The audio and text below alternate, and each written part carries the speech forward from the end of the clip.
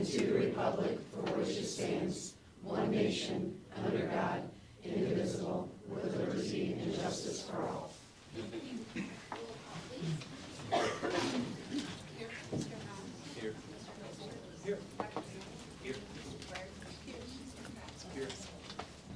I need a motion to adopt the agenda as presented. All right. Mr. Howland, second. Mr. Fitzgerald, sorry. All in favor say aye. Aye. Any opposed? All right. Recognitions, Dr. Myers. Thank you very much. We have 3 items of recognition for the audience and the board tonight. Our first item, as we always do, is we're recognizing the art on display here in the boardroom itself. Art this evening is provided by North, South, East, West, and Hope High School students. Again, high quality of work that we love to see, and they come up and put that out on display in advance of board meetings, so appreciation to them. And our second item of recognition, as you may have noticed, we've got Board Recognition Month, and in particular, this is the meeting that we use to recognize the dedication of the board, the members who are seated with us, and then obviously Tommy George, who is absent tonight. They all serve in a volunteer basis, and what we ask and put out to our schools is, how do we recognize and celebrate these folks that give to be a part of their community and do that in a way that recognizes that as selfless sacrifice? And so when you let students do that and staff, they come together with some pretty amazing ideas, as you can see displayed all around here. But also for the members of the board down at front, those are individual items, so that's one setup for each of you, and we have those boxed up, so it gives you quite a sense of what they put together. Yeah. But as always, just like to say thank you, and as I have expressed, appreciate working with each and every one of you. The time that you put in often goes unnoticed out in the greater community, but these folks are doing this because they are committed to education in our school district, and wanted to just take this moment to recognize and celebrate you. So thank you very much.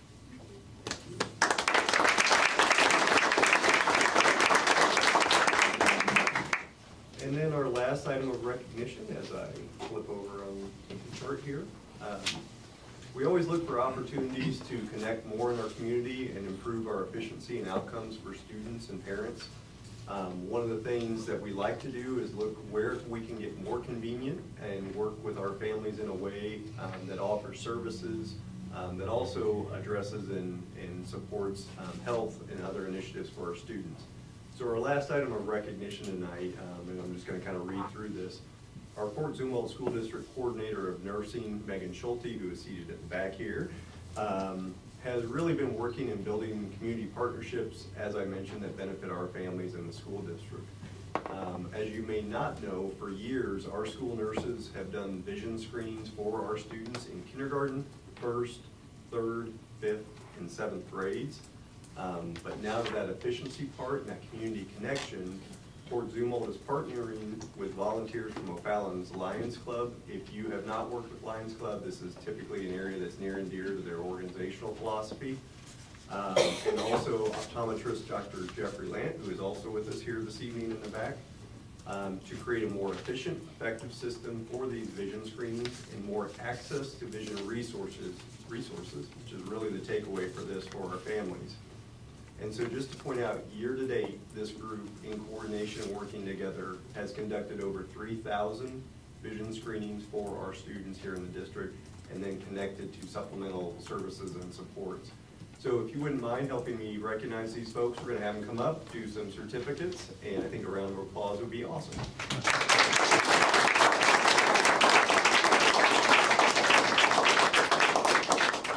Megan, do you want to say anything, or anybody else? Sure. Do I? Wherever you Give her a mic. Yeah, no, just, this has been such a really cool partnership that we've developed with the Lions Club and with Four Circles Vision. Thank you. And I've just been so thankful. It would not have been possible without them saying, hey, what can we do to help? And I said, you know, we can really use some help with vision screenings. It's something that takes a lot of our nurses' time, and we want to make sure every kid gets seen. And they said, well, let's do it. That's awesome. You know, so I'm just super thankful for you guys and everything that you've done to make this possible. Well, we're very thankful with the O'Fallon Lions Club to be partnered with the Fort Zumwalt School District, because you guys support us not just with this, but providing us with the used eyeglasses. Absolutely. That's huge. But this guy here runs a tight ship. I'm telling you what, he's very efficient. It's been an absolute pleasure and a blast to do it. It's so fun to get in there and a couple hours, do a couple hundred vision screenings at each school in the morning, and the help that provides the nurses, and working together with the Lions Club and Megan, we just have bigger pictures, so we want to expand, just beyond my office, any local optometrist, their office, just make it something that is sustainable and continue in the future. So we've got big plans for it. That's awesome. Well, we thank you all very much for the time and the coordination and the commitment that you put into doing it. So thanks for being with us here tonight. I'm sure we're going to do a photo op. Of course we are.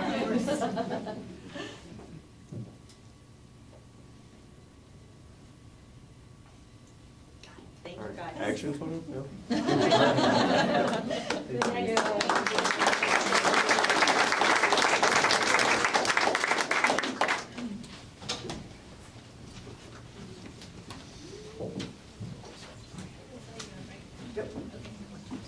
Next, we have our comments from public. We don't have any this evening. So we're gonna move to our consent agenda, and I need a motion to approve the consent agenda as presented in front of you. All right, Judge Marion, second, please. Mr. Helms, all in favor say aye. Aye. Any opposed? All right. Financial reports, Judge Max. Good evening, members of the board. I direct your attention to the monthly financial summary. We are moving along faster than I am. Sorry about that. Catch up. I direct your attention to the monthly financial summary to pull together all the financial reports for the month. Fund balances for February totaled $179,914,579.25. Of that balance, $24 million was reserved for debt service. $33.5 million was reserved for capital projects, $6.8 million for food service, $2.7 million was reserved for student activities, leaving $112.9 million for operations.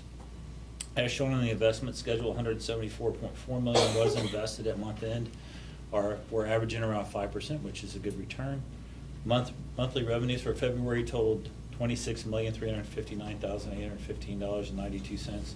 Year to date, we are running $17 million more than last year at the same time. The local revenues are up by $14.9 million, and this is the lion's share of that increase. This was due to increases in several areas, including $12.7 million more in local property taxes, $8 million more in Prop C, sales tax, $3.6 million in investment earnings, which is far better than we've gotten for I don't know how many years now. Offset by about $3.1 million less in state assessed utilities and $521,000 less in other local. The decrease in state assessed is really just a timing variance. We received it. I've actually emailed the county collector and have not heard back yet, but we received that earlier last year, and we still haven't received our payment this year. And it should be very similar. I'm not expecting that to be a real decrease, but it is a variance as of right now. The local receipt decrease is actually due to the loss of the property casualty rebate. Our claims have been very high for the last couple of years, and they're continuing to run high actually right now. So I wouldn't expect to get one this year, and maybe not the following year. Hopefully we can get our claims back in order, but with this last hailstorm we just had, and I know I've been on the phone with the insurance company a couple times, and I think that's gonna be very costly, so. State revenues are also up in total by $1.5 million. This is partially, about half of that's attributed to the increase in transportation funding, and the other half is an increase in our high needs funding. I'm hesitant to say that's really an increase because it's really based on inflated expenditures from the prior year, and the high needs funding is based on 3 times the average cost to educate a kid, so you only get reimbursed for anything over that 3 times. So that means that our costs are way up as well. So that's really, like I said, it's an increase in funding, but it's a much higher increase in the expense side of things. Also worth noting was a decrease of about $1 million in federal food service related to a reduction in the per meal reimbursement rates. They had a much higher rate during the COVID when they had some COVID money, and now they went back to normal, and so that looks like a decrease, and it is a decrease in revenue from what we were receiving in food service revenues. Monthly expenses for February totaled $42,487,152.74. This also seems like a very large amount for the month. That's because our debt service, which I'll talk about, payment was in this month. For the month of February, the district has spent $17.6 million on salaries and benefits, $2.3 million on purchase services, $1.3 million on supplies, and $4.2 million on capital and construction, along with $17.1 million in debt service. And that's really what's driving that up, that $42 million to be much higher than what we would normally see in a month, is that debt service payment. Also, $4.2 million is a little more than we typically spend, thanks to Lisa and all the construction we have going on. So compared to last year at this time, expenses are up in total by $30.7 million in total. $7.2 million of that is related to salary and benefits. Purchase services are up by $1.1 million, and that is really driven this year by increases in contract transportation, an increase in our insurance premiums, which I brought to you on our renewal in December, and that was inflated by like 20%. It was a very large increase. Hardening of the market, and just like I told you, our claims experience, but our insurance carrier was seeing a lot of large claims with a lot of the book of business of all the districts, and so that's why everybody's rates went up, not just ours. I just want to point that out to you.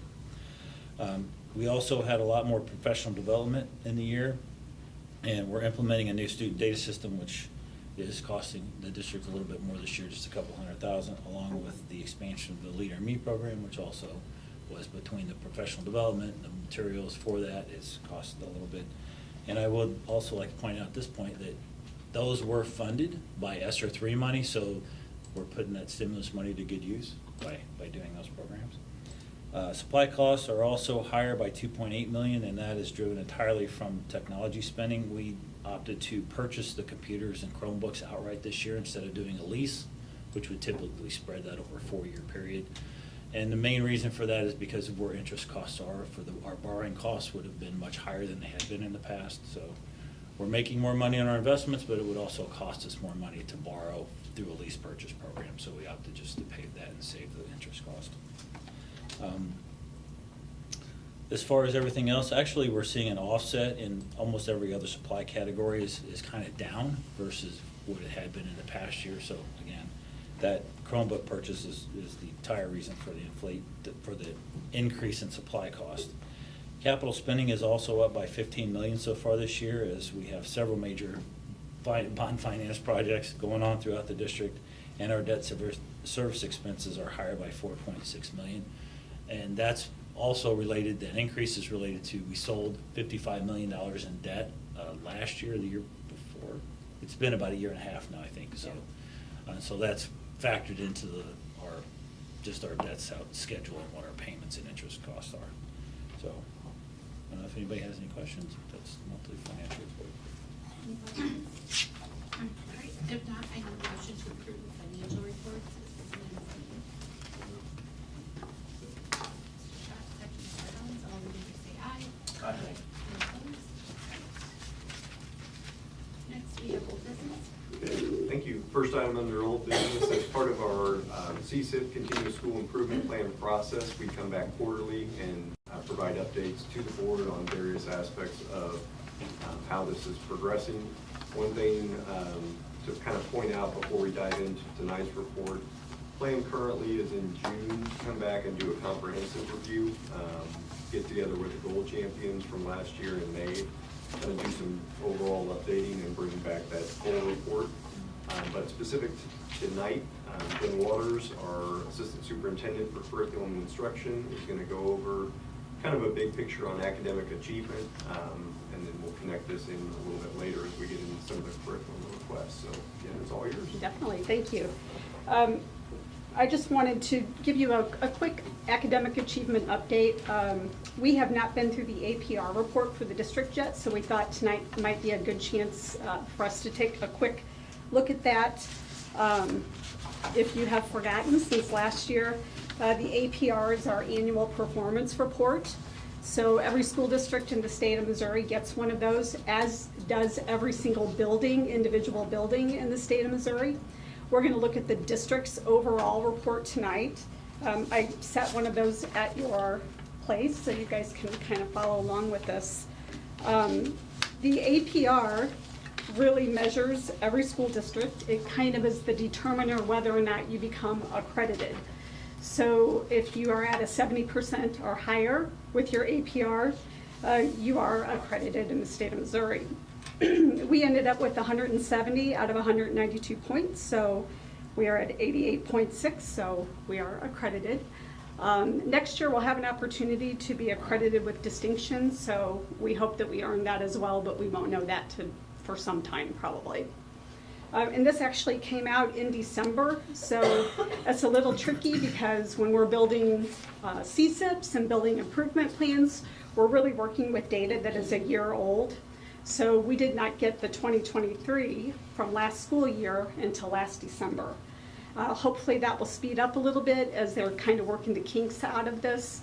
It would really be helpful to have had this data like in the summer even. So, JB, can you hit the click here for me? Thanks. Yeah, just touch it. Okay, so this is just the report that we get from the state. I'm going to just go through this kind of quickly. If you have any questions, please feel free to stop. The APR really consists of performance and continuous improvement. The majority of the points that you earn are in that performance section on the top. So that's 70%, 30% in continuous improvement. We'll talk about that in just a minute. What you will see there is that if you look at the first 4 categories, that is status. And status is determined solely by MAP tests and how our students score on those tests. So in the state of Missouri, 3rd through 8th grade, they all take a math map, they all take an English map. In 5th grade and in 8th grade, they take science. And then our high school students all take end of course exams, or EOCs. And they take those in Algebra 1 or Algebra 2, depending on the student, English 2, Biology, and Government. So all of those together are the tests that our students take. So when you look at the APR and you see those groups for all students, so you see all students in English, all students in math, all students in science, all students in social studies, those are all of the kids in the whole district that took those. So where we ended up on that was we were at target with our whole student group. So we were in target in all 4 of the core areas, which is good. I'm very happy to see that. If you look under all students, you see student groups. Okay, so student groups are made up of our kids on IEPs, Black, Hispanic, students who are English learners, free and reduced students. They make up our student group, okay? So if you look at our student groups, we're at target in ELA, we're at target in science, we're at target in social studies, and we're on track with math. Okay, so we dropped 1 level there. Thanks, Jen. We were just trying to get the glare off the screen. Oh, I'm sorry. Yeah, Yeah. you're fine. Yeah. That's why I gave you guys a copy, so you can see. So we know we have a little bit of work there to do. The section below that, where they talk about growth, this is new in the state of Missouri. It's a little tricky, but what they are doing is they have a predetermined score for every single student who is taking this test, and if a student makes it to that score, they're average. If they go above that score, they're above average. If they don't meet their cut score, they are below average. So you have 3 categories there. There are a lot of variables that go into these growth scores, and there's been a lot of discussion about those variables throughout the state. We ended up okay, above average in some areas, average in some areas, below average with our student groups in math, so we know we have some work to do there. But overall, when I've looked at a lot of APRs throughout the state, I feel like we did pretty well. Not to say that we can't do better, because we can and we will, but we ended up pretty well. Success ready students at the bottom, that has to do with our CCR assessments, so our college and career readiness assessments.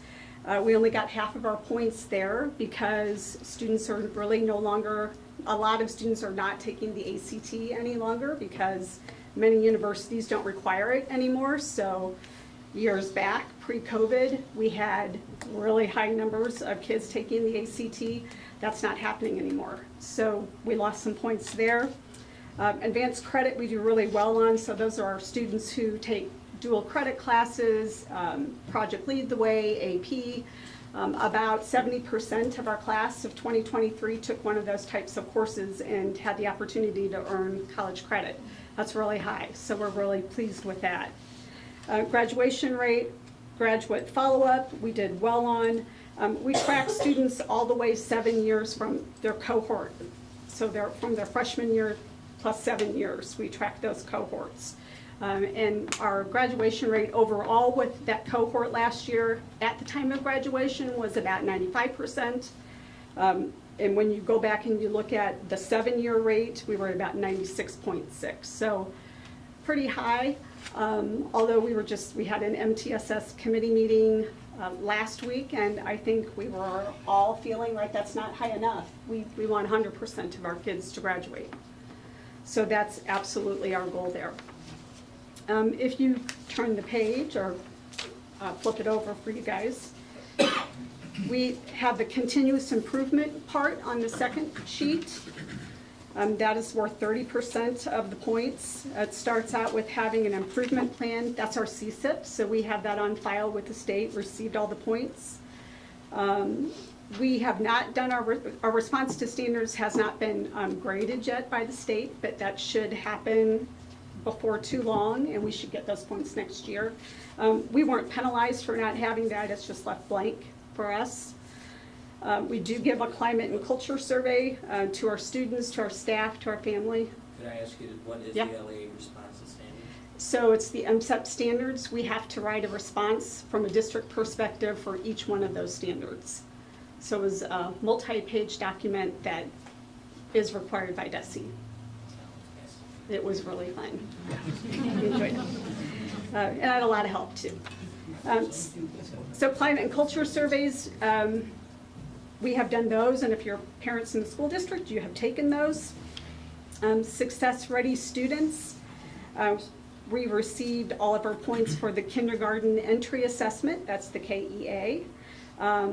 Our ICAP, we used to call that the 5-year plan, so our 8th graders develop a 5-year plan as they're transitioning to high school, so we have all of our points there. Attendance remains a struggle for us, just like everybody else in the nation, I think, right now.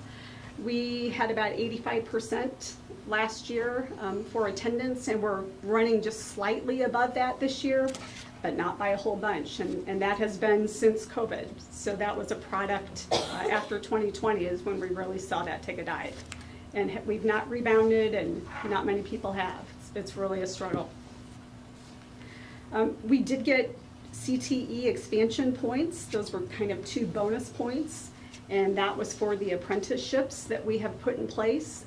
I see that continuing to move forward. We've doubled that program in less than a year, and every single day we are forming new partnerships now outside of just the manufacturing realm, healthcare, culinary. We just had a meeting with, I think it's the Sheriff's Department for, help me Gabe, what am I thinking? Police dispatchers, EMD, yeah. yep. So we were talking about that last week. So exciting, because we are gonna have a lot of kids that walk out of here employed that are not college bound. So really that's a focus for us. And then the MSEP 6 required documentation, those are all kind of district office responsibilities, and all of those have been met. So that's kind of just what overall our APR looks like as a district, 88.6. And like I said, every building also has one of these. You can see all of those on the DESE website. But overall, I think we're in very good shape. But I did want to talk just a little bit about some of the strengths, some of the weaknesses that I see. So strong achievement scores overall. Absolutely room for growth with our student groups. We'd like all of those groups to be at target, not on track. So that's really a goal for us. Our buildings have done an excellent job of putting together building improvement plans, and our principals are working with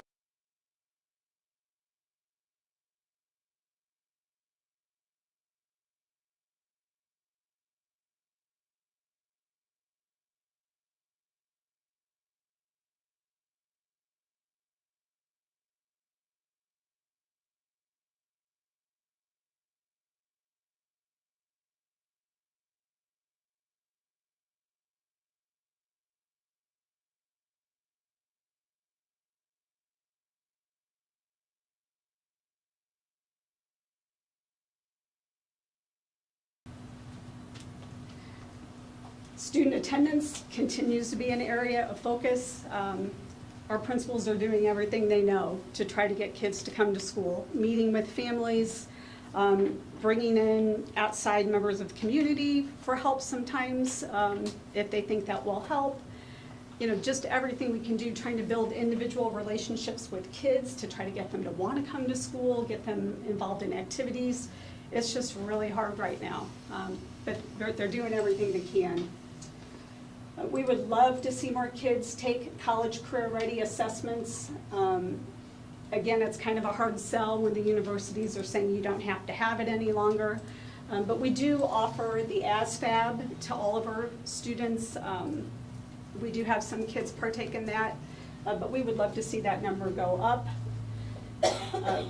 The apprenticeship program continues to thrive, and it ends up that among all of the districts in the state of Missouri with more than 7,500 students, just to give you some context with big districts, we score the highest in the state with districts over 7,500 students. So really pleased about that. But what I will tell you is that even though I think we continue to be high performing, the work that we are doing that leads to student growth happens in our classrooms every day. I'm looking over my right shoulder right here. You see all of these teachers sitting right here. Those are our reading teachers that came here tonight because they're excited about their materials and their new curriculum being, I hope, approved. But those are the people that deserve the credit, the people that are sitting out here, because that's where the hard work takes place every single day. We can give them all of the materials, you guys can approve all of it, Jeff can buy it all. However, these are the people out here that put that into effect every single day, so thank you very much. Okay, any questions about any of this? I know I went kind of fast. What would some of the action steps be to try to improve the mathematics scores? Recently, Yeah, so what do we call it, the group called? Student groups. the student Subgroups, groups. yeah. So one of the things we did this year, we did partner with University of Missouri with our special ed mathematics teachers, and they're working on some instructional strategies.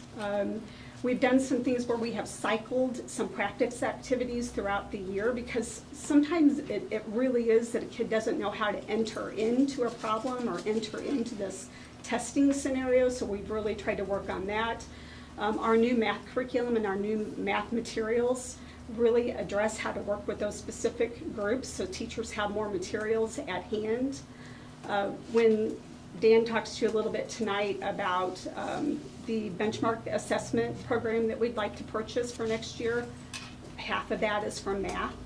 So teachers will have the opportunity to really be able to distinguish exactly what is the problem and work one-on-one with the student to help build those skills up. So I think just additional focus on a lot of different things. There's just not one magic bullet. Do you know, was the struggle more in the elementary, or was it more secondary? Or was it just across the I think board, what- getting 2 out of 4 points? Yeah, I would say if you, so we're only tested in high school in Algebra 1. So I think that's probably not the best representation because it's one test at one grade level. but I would say it's probably elementary 3, 4, 5, and it's probably our special education students where we struggle the most. And I would say we struggle at middle school with our special ed students as well. Okay, thank you. Okay. Thank you very much. We need a motion, if there's no more questions, to approve the CSIP updates as been presented. Mr. Christopher, second. Mr. Pratt, all in favor say aye. Aye. Any opposed? Okay, next item, Mike Clemens Center furniture purchasing recommendation from Lisa Kester. So as you all know, we are in the midst of an expansion over at the Clemens Center, and as that nears completion, and we figure out a little bit more detail on the programming aspects of it, we should have put together this bid for you to review. Thank you, Dr. Myers. Yes, I've been working with Jessie Bowman. She actually helped solicit the bid.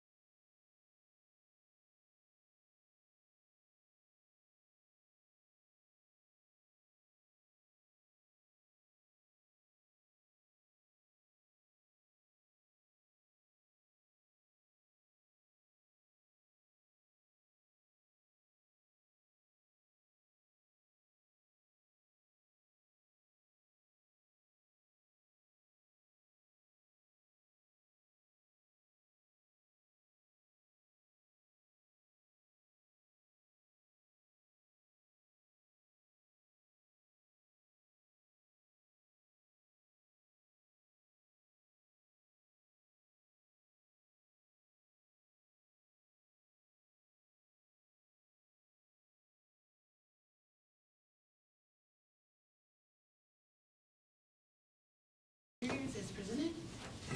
Mr. Helms, second. Dr. Marion, all in favor say aye. Aye. Any opposed? Thank you. Next item, staying with Lisa, spending money, summer flooring bids, recommendations, some good news here that Lisa's gonna go over.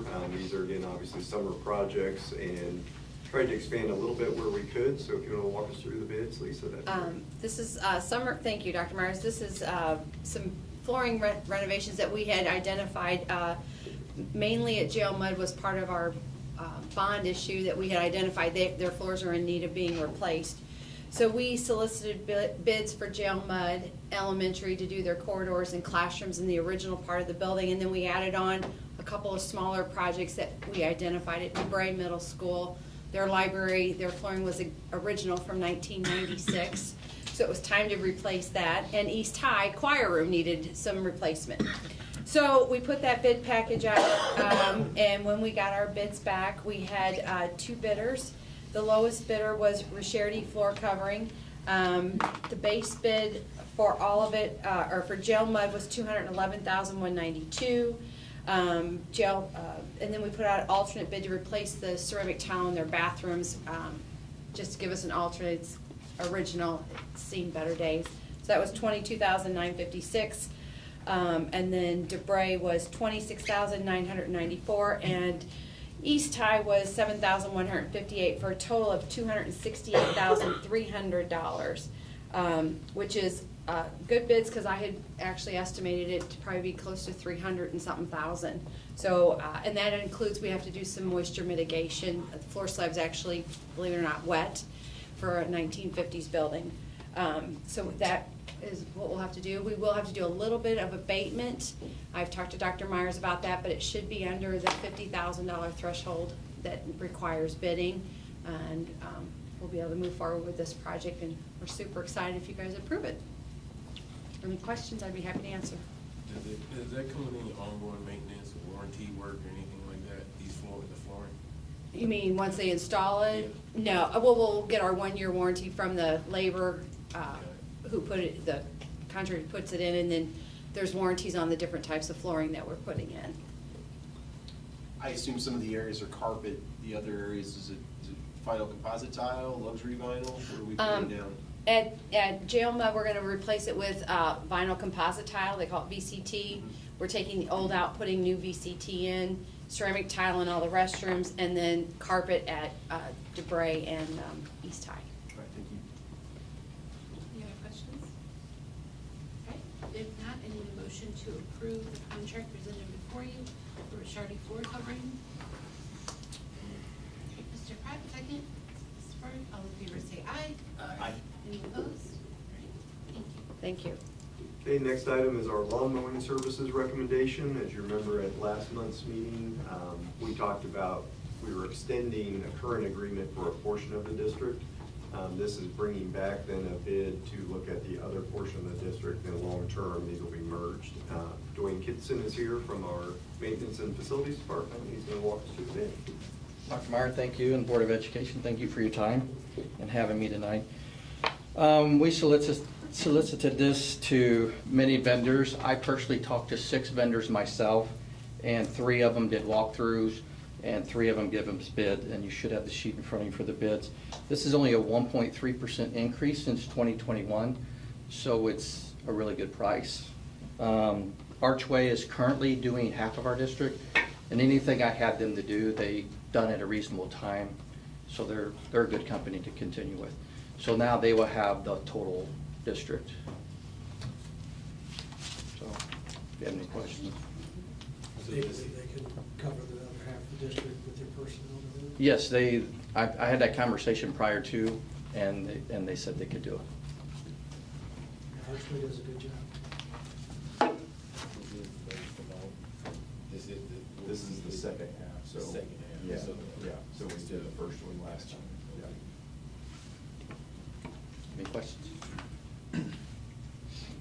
If not, I need a motion to approve the lawn service recommendation for Archway. Is it in front of you? All right, Ms. Bird, second. Mr. Christopher, all in favor say aye. Aye. Any opposed? All right, Can I thank ask you. a general question, since we're on facility planning? Yeah, I may have seen this in the past and have forgotten, so I apologize in advance, but are we keeping some sort of timeline for all the bond issue projects and when we anticipate them to be done, what's been done, what hasn't, just to kind of keep track of that? Yeah. Yeah, we go through, we have our regular bond meetings where we do the updates and then the timelines. That's one of the things that we'd like to hit in our big review as well, is like timeline on these, and then when we need to start looking at next wave. So you got 2 really substantial ones. Pheasant Point Storm Shelter wrapping up. Clemens is on track, and then you can all see the work that's happening at North Middle and North High School. Very, very busy summer with the HVAC work, these flooring bids, and then those ongoing projects, so. I just know occasionally I get asked, like, when's this coming? And I don't know. Yeah. So if there was a way maybe to have that. Yes, and we are currently working on the design for transportation too, so. Lisa, you Just so had I that- seen little. You had that flow chart too, that you presented several times, that were taken quarterly, that said Okay. where we were at and what had been spent and what you were getting information on. Okay. You were doing, if you wanna update that. Okay. That would be good to put out there and so people can see too, where we're at. Sure. Just want to look like I know something. We can. That's all. All right, next, new business. New business, our first item, Dr. St. Pierre is gonna go over our 24-25 certified and support staff projections. So this is a little bit of detail work here, and I've given some lead-in terms of previous conversations with the board. So Henry, if you wanna take it. Yeah, thank you, Dr. Myers. Good evening, members of the board. You should have a rather lengthy memo in your online materials from me about certified support staff projections. This is about the time of year where we start to gather enrollment data for the following year. It's coming up K through 12, and also our course offerings, particularly at our secondary schools, start to come into focus a little bit, which allows us then to put a staffing plan together and bring it to you for approval. Big picture overview, we are projecting a decrease in 16.5 certified positions. All those would be handled through attrition, resignations, retirements. And then there's some offset there with some support staff increases that we are recommending. The biggest bite of that is in our technology department. As you know, we've continued to add devices and add programs that require more and more support. So recommending to add 2 level 1 computer techs, and then a supervisor, and then also a security administrator to help with our overall safety and security on the electronic side of things. So lots of detail contained within the memo itself, but I'm happy to answer any questions. But the big picture is minus 16.5 certified, up 10.5 support staff positions, and no changes in the reimbursable positions. Any questions? All right. If not, any motion to approve the 24-25 certified support staff projections as presented. Dr. Marion, second. Mr. Helms, all in favor say aye. Aye. Opposed? Thank you. Next item, Jeff Orr is going to walk us through a recommendation on refunding improvement bonds. We also have Lorenzo Boyd with us from Stiefel in the back. So I'll waiting back there. Jeff, if you want to take us through. Sure.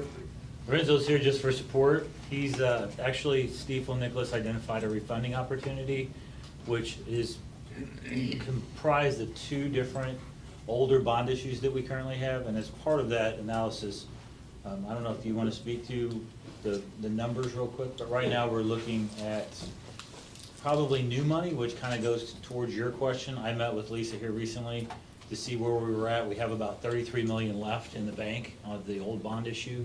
And based on the projections between North Middle, North High, and MCC, everything else going on, we're going to spend the bulk of that probably through next June-ish. So right now, we're looking at combining that so we can save on issuance costs partially. So we want to issue $20 million in new money, which is part of that it's not labeled in that resolution. That resolution is just a resolution to move forward, to proceed with the issuance of the part of the remaining, what we have outstanding. There was $125 million, we've issued 55, and now we're coming back with this 20, and we'll have the balance of that later on down the road when those projects. We can't do it all at once, and we need to try and spend that money over a 2 to 3 year window, so we issue it in chunks. And so right now, we kind of think we're gonna be spending the most of what we currently have through next year, and we want to issue this in addition to refunding these other bonds, which should save us about $1.7 million, right? Yeah, so right now, what we're looking to refinance is, your Series 2015 and 2016 bonds. There's about $23.4 million available to be refinanced. So we'll refinance those bonds. We're gonna do a match maturity where the final maturity on those original bonds was 2035. The new final maturity still will be 2035. We're gonna save about $1.7 million in what they call net present value savings. That's for us nerds. It's going to be like $4 million in what we call cash flow savings over the life of the issue through 2035. It saves about $800,000 the first 3 years and about $1.2 million. I'm sorry, $1.7 million over the next several years. So we're looking to refinance those bonds and move forward in April, and then close in May, and then also issue the $20 million, which you'll have 3 years available to spend. So that's what the resolution's for. And we'll be coming back next month with some additional information on this bond issuance, but we just wanted to get authorization from you guys to move forward. Questions? No? All right. If not, I need a motion to approve the general obligations refunding and improvement bond series for 2024 as presented. Mr. Helms, second. Dr. Marion, all in favor say aye. Aye. Any opposed? Thank you for coming. Thanks, everyone. Thanks, Jeff. Then the next 3 items we have are a little bit linked, but we're going to go through them individually. The presentation tonight, Dan Boatman, Stephanie Sanker, and Tracy Hall are here to kind of walk us through these various components. And Jen, I don't know if you were starting us off or Sure. going right to them. Sure. So this evening, like Dr. Meyer said, we have 2 curriculum components and then also separate a benchmarking system that the 4 people over here are going to discuss with you. We have Laura Ermeling. She's going to go through the 4-5 word study materials. She's the elementary ELA coordinator. Stephanie Sanker and Tracy Hall will go through the reading teacher materials, and then Dan's going to talk about the benchmarking system that the committee chose that we would like to go forward with. So if you guys want to come up, Laura, I think you're up first. Good evening. As Jen said, I am Laura Ermling. I'm the ELA Elementary Curriculum Coordinator. And I'm here tonight to present findings from our committee and make a recommendation for 4th and 5th grade word study curriculum.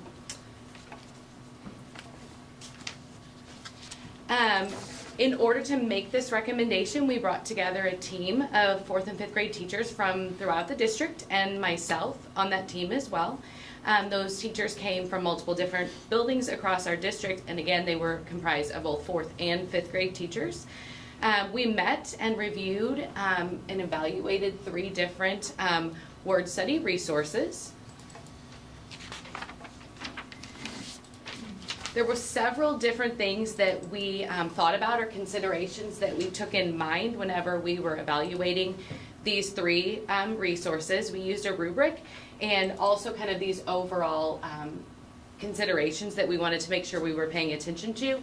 We wanted to make sure that any new word study curriculum was standards aligned, that it had an overall scope and sequence that matched what we already have in K-3. We also wanted to look at just consistency of language and routines within that resource and with what we already currently have in place in our kindergarten through 3rd grade classrooms. After reviewing those 3 resources with that team of 4th and 5th grade teachers, we came to a unanimous decision to recommend 95% phonics core program for all of our 4th and 5th grade classrooms. We already use the phonics core program for 95% in all of our kindergarten through 3rd grade classrooms. We have used it for several years. And that was kind of one of the deciding factors in this decision. The ability to continue to utilize this resource is going to offer our students consistency with language, with routines, with expectations. It has an aligned scope and sequence now all the way up from kindergarten through 5th grade in word study. And because of these reasons, the team of teachers and myself would like to recommend 95% phonics core program for all 4th and 5th grade classrooms. Any questions? All right, if not, I need a motion to approve 95% phonics word study for grades 4th and Ms. Burke. Second, Mr. Hollins, all in favor say aye. Aye. Any opposed? All right. Hi, thank you. My name is Stephanie Sanker. I'm the Executive Director of Professional and Program Development. And one of the parts of my job is that I get to work with our reading specialists still. My prior role was the elementary coordinator, so I get really excited that I get to still work with them. So today I have with me Tracy Hall. She is our elementary reading specialist coordinator, and she's going to introduce some of these people behind us. So. Yeah, so, oh, I get the clicker, oh gosh. So yeah, I'm excited to be here tonight. We've been through this year-long process, and I'm excited to bring our findings and recommendations, hopefully that you will approve. So although we have a big team here, I do want to recognize our 6 that were on this review team.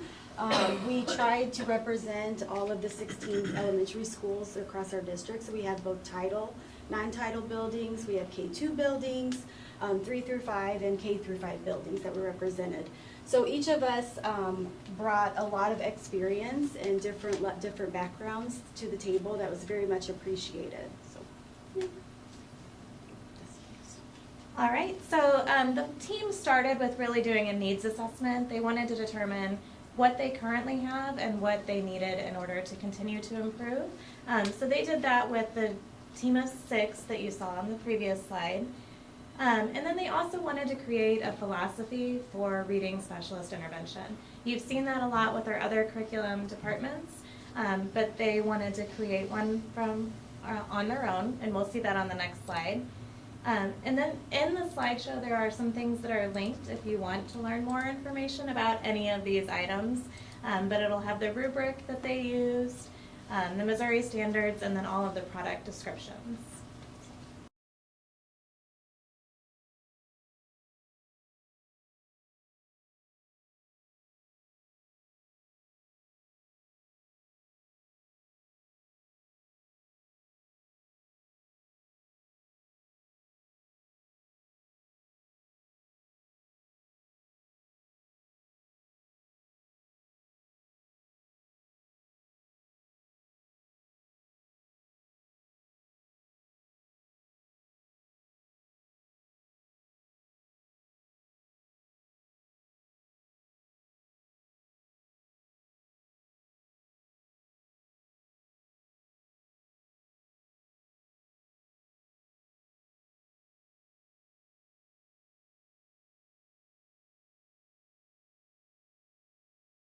to look at and analyze our current materials as well as the new materials we were looking at. It is research-based and it's aligned with the science of reading. And as reading specialists, it's a very thorough document, but we focused on the areas that apply to reading. So similar to 4th and 5th grade word study, they did review several different resources when we moved into this program. And it's going to be a similar speech that Laura gave, but really we are trying to provide consistent language and vocabulary and routines for our kids. When they move from one classroom to the next, they shouldn't have to learn new terms every single teacher they go to. So that was probably the biggest factor for our reading specialist, was trying to make sure that that is consistent from the classroom to the intervention. So they decided that they wanted to look a little bit deeper into the 95% group intervention materials. So Laura introduced the Tier 1 or the classroom materials. The materials they're looking at are the intervention specific materials.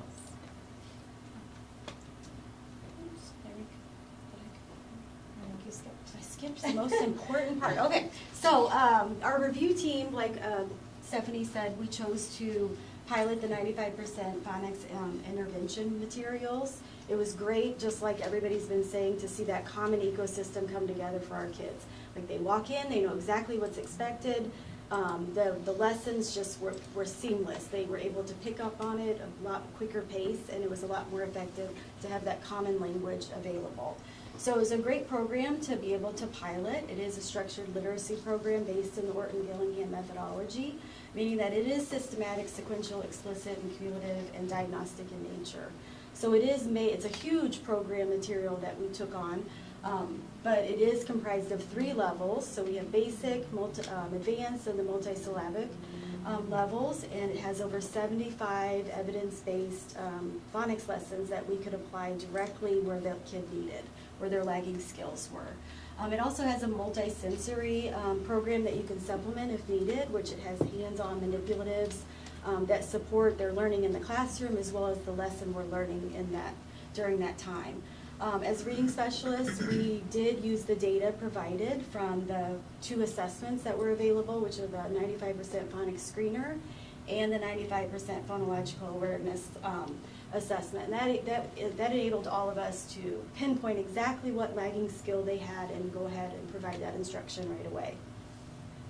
So, it's also important to kind of point out, also like Laura did, everything that we touched on in 95%, all the materials were aligned with our K-5 Missouri Learning Standards, and that the grade level expectations could be seen throughout.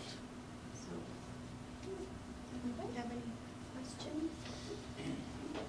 I just wanted to point something out. We were talking about the math and where we are at and how to get there. The important part that we always forget about is you have to be able to read correctly to be able to do math and math problems. And a lot of times the way those tests are written, it's a different type of reading that the kids have to be able to do. So they have to have these skills that 95% teaches to be able to break that stuff down, to be able to read it, to know what to do in those math problems. So we forget about that a lot, but I really think that doing this and having this go all the way through is also going to help see our math scores go up, because that's a really big component of it. So reading is just so embedded in everything that I think this is going to help. I taught 95% and it is a very good part. So very happy you guys chose this. So, any other questions? By your attendance and the outfits, and I see that you're very excited about it. They're very eager, very, very good. If you're excited about it, the kids will be excited. That's where the Thank you success for all your starts. hard work. We all buy in. You got my vote, I'm not gonna take that group. Thank you. There's no other questions. I need a motion to approve the reading materials for grades K through 5. Curriculum is presented. All right, Mr. Christopher, second Dr. Marion. All in favor say aye. Aye. Any opposed? All right, got it, ladies.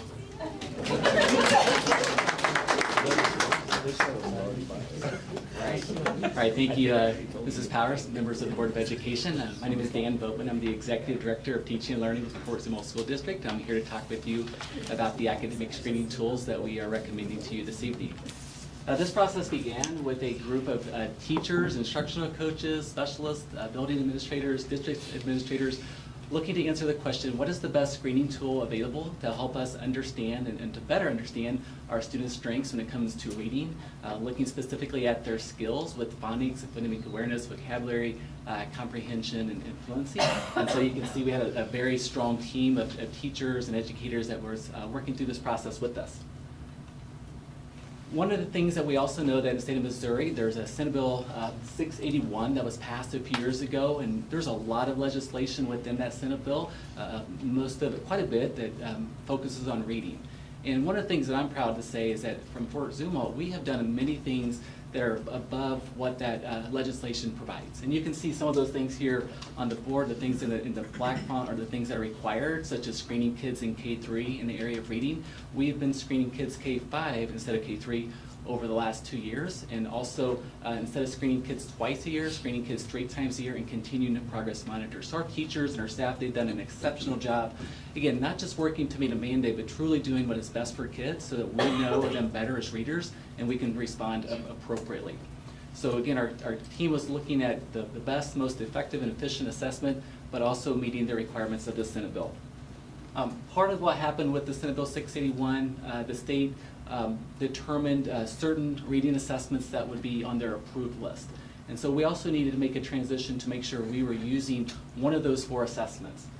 And so when looking at that particular element, again, we also wanted to keep in mind there are certain things that are important to our teachers and to our teams and to our parents in order to be able to provide them with a quality reading learning experience, and also in mathematics. Because what also became very evident is that we needed tools that can also give us similar information in math. We've heard from teachers for the last couple of years, those who have been using reading screeners, been asking the question, when are we going to have something for math? If we had more specific information about their reading skills and when those skills are developing, or if there's places within our curriculum where maybe we're just lagging a little bit behind, if we knew that, we could intervene better. And so we have always tried to keep an open mind about the type of screener that would satisfy that need. So I'm going to talk about that here as well with the reading. So when we think about priorities for reading, again, we want to look at students' overall reading ability, same way with math. But again, as I mentioned earlier, looking at those specific skills in both reading and math, and also making sure we have a tool that can effectively identify if a student is at risk for dyslexia. And with the tools, we want to make sure they are teacher-friendly. Our teachers teach, in elementary level, teach multiple subjects, and so we need to make sure there's a tool that's going to be easy for them to access the information and to understand the students as readers or mathematicians, and then have more of their time spent on designing the instruction and the intervention so that they can respond. And so that was another major look for when we started investigating these different screening tools to make sure they met that criteria. We also wanted to make sure, just like the teachers could access it easy, it was also easy and engaging for the students. To make sure the platform is something that was going to hold the students' attention so that they would strive to do their very best. And also another important piece, we wanted to make sure the reports that we could generate could not only provide information to our teachers to provide instruction and intervention, but they could also be provided to our parents, and also in multiple languages, and language in ways in which they can understand. And so those were just a few of the priorities that we examined as we went through this process. Speaking of the process, as I mentioned before, there are currently four of the benchmark systems that are on the state approved list. We had to also determine, since these are, for the most part, computer-based assessments, can our existing technology infrastructure support the assessment? So we made sure we included members of our technology team to be able to investigate and answer those questions. And then once we did an initial examination of the four platforms, we narrowed it down to two. And this is where the work of the larger team was extremely valuable. We invited two vendors to come in and do presentations with the larger team. From that presentation, then we had license where we could pilot the program. We, as adults, could go into experience the platform as a student might experience it. We were able to allow some of our students to try them out. And then, of course, our teachers and administrators had the opportunity to look at the reports to determine, is this information going to be helpful is there the ability to drill into these reports at a level that is going to give us the most precise information about the students as readers and mathematicians? And so we had about 10 weeks of that time to test and pilot and try out those materials, and then we came back together as a large group, talked about the two options, and at the end of that conversation, the members were unanimous in wanting to select iReady by Curriculum Associates. So that is going to be my recommendation for you tonight to consider iReady for both reading and math, because as this was taking place, we also gained the opportunity with iReady Math to pilot that in all of our elementary schools.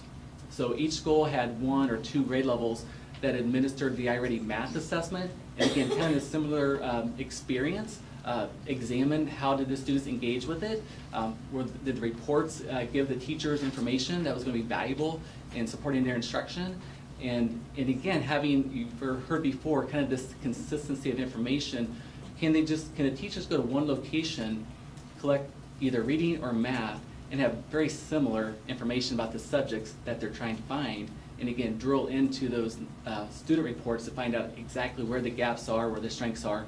So again, the instruction and the intervention can be most effective so that we use our time that we have with our students in the best possible way. So again, our recommendation is for iReady by Curriculum Associates. On the reading side, again, is one of the 4 state assessments. It also gives us a kindergarten through 8th grade view of students using the same platform, since the reading labs at the middle school level use iReady as well, and the middle school also uses iReady when they are trying to dive deeper into students to find out students who might be struggling with reading a bit. So again, it gives us pretty much a district lens of how students are doing.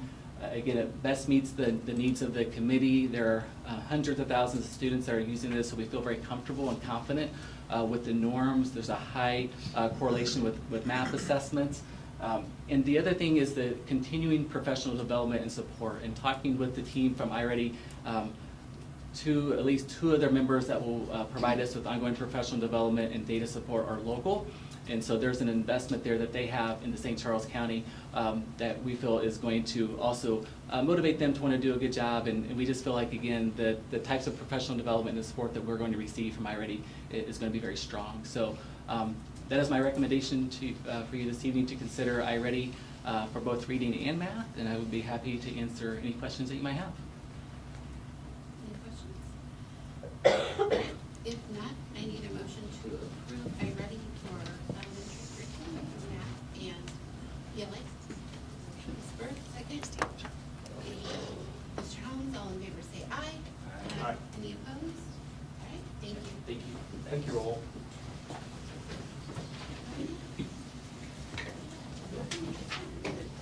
All right, next, we're to the comments from the Board of Education. I will start with you, Dr. Marion. Okay, thank you. Well, since it is Board Appreciation Week, I'll thank my other board members. I appreciate your professionalism, thoughtful approach to what we do. Makes it a much more enjoyable process. It's a good group of people, so thank you for that. Also, thanks to all the teachers and the folks that work so hard, and the administrators and such as we work on those. I know the work that goes into curriculum writing. It wasn't my favorite thing ever to do, but it's just critically important, of course. I'm excited about the math, getting the screen. I think that's a big boost for it. That'll help us. So appreciate all the staff here. Really makes our job as board members easy because of the good work that you do preparing us. So thank you, all of you. Mr. Christopher. Yeah, echo a lot of the thoughts. Enjoy working with everybody here. The CSEP process is just a huge undertaking. The amount of work, time, and effort that everybody puts in, the large amount of data that has to be gathered and forms filled out, you just can't imagine it. And it's really, it's our plan to improve for our children, and these people have done a great job with that. And, I don't remember who made the statement. I think it was Jen. We do all this curriculum and do all these things, but the teachers are the ones that are really making things happen. So I appreciate all the teachers' efforts and the year-long study to do this, to provide, your students with the best opportunities just says a lot about you. So, thank you guys. Thank you. Mr. Pratt? Certainly to the captain, fellow board members, thank you all. I wanted to also recognize Ms. Schulte, Dr. Lant as well with their work within our district, our teachers, our support staff, and everyone that was involved in our curriculum recommendations as well. And then one other item, Fort Zumwalt East had a large, they had a blood drive put on by the HOSA group, the Health Occupation Students of America. In one day, they got 102 units of blood. They were a little disappointed in those numbers. I think they've had bigger and better before, but I know when I give blood, they tell me I saved 2.5 lives, so we saved a lot of lives that day. So hats off to those individuals in that group. I also want to say thank you to my fellow board members. I've definitely learned a lot this last year, and I really appreciate everything you all do. And you as well. We've been through it together.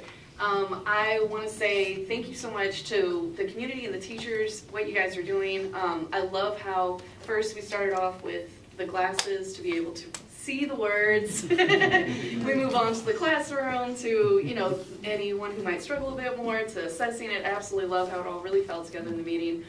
Thank you so much. I love seeing the passion and the excitement and everything. It's awesome. And like they said, it'll definitely trickle down to the children. And they're going to be excited and eager to be able to participate in these things. Thank you to all of you as well. It's always incredible how just clear everything is. It's just bing, bing. When I have questions, you guys come right back. I really appreciate it.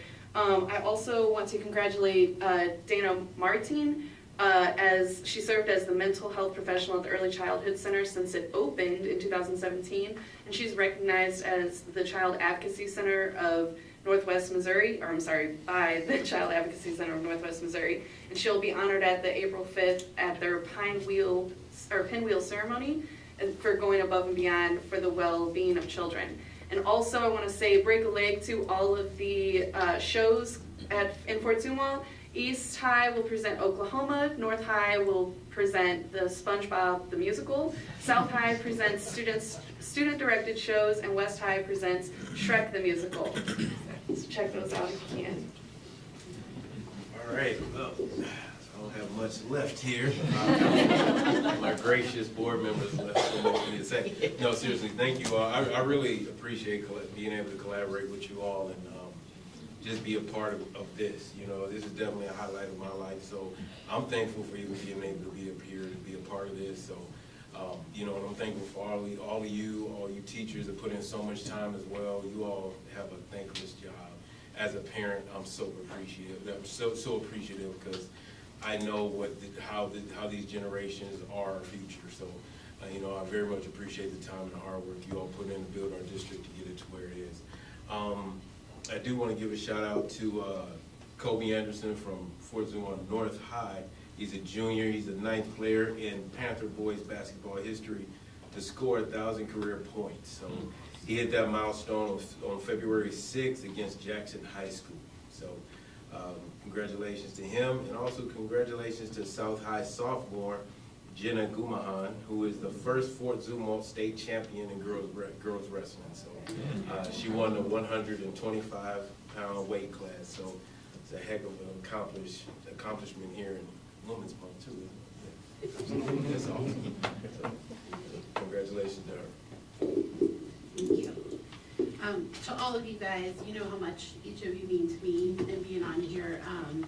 I love being on the Board of Education because I love education as a whole, but what I love so much about this group is that everybody is so open, and I can throw anything at you guys and everybody listens and everybody's willing to discuss, and that's hard to find, to put a random group of people together, and so honestly I appreciate it. Secondly, this week we had just crazy weather, we had just craziness in general, and the one thing I really want to thank all of you guys, everybody involved with it. There was never a question for me when those storms came in that our teachers, our staff, our admin were going to step right in.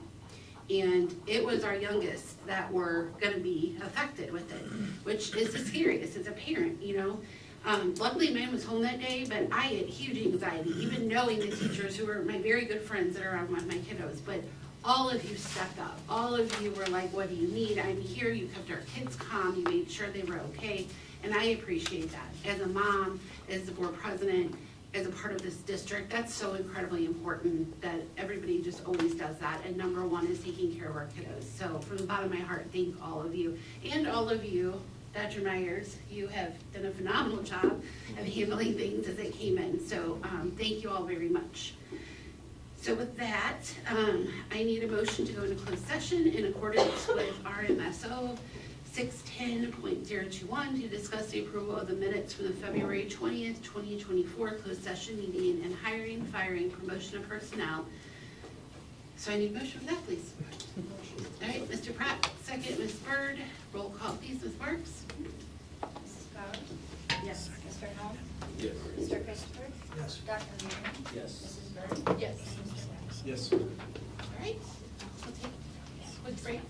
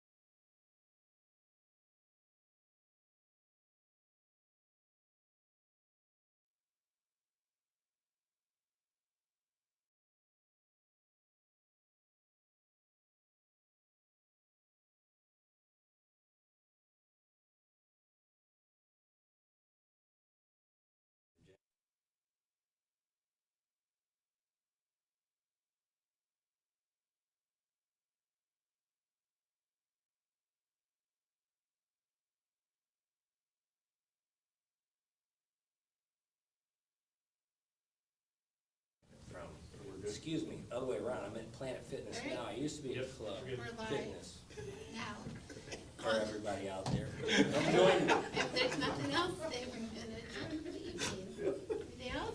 Nope, all right. Nope.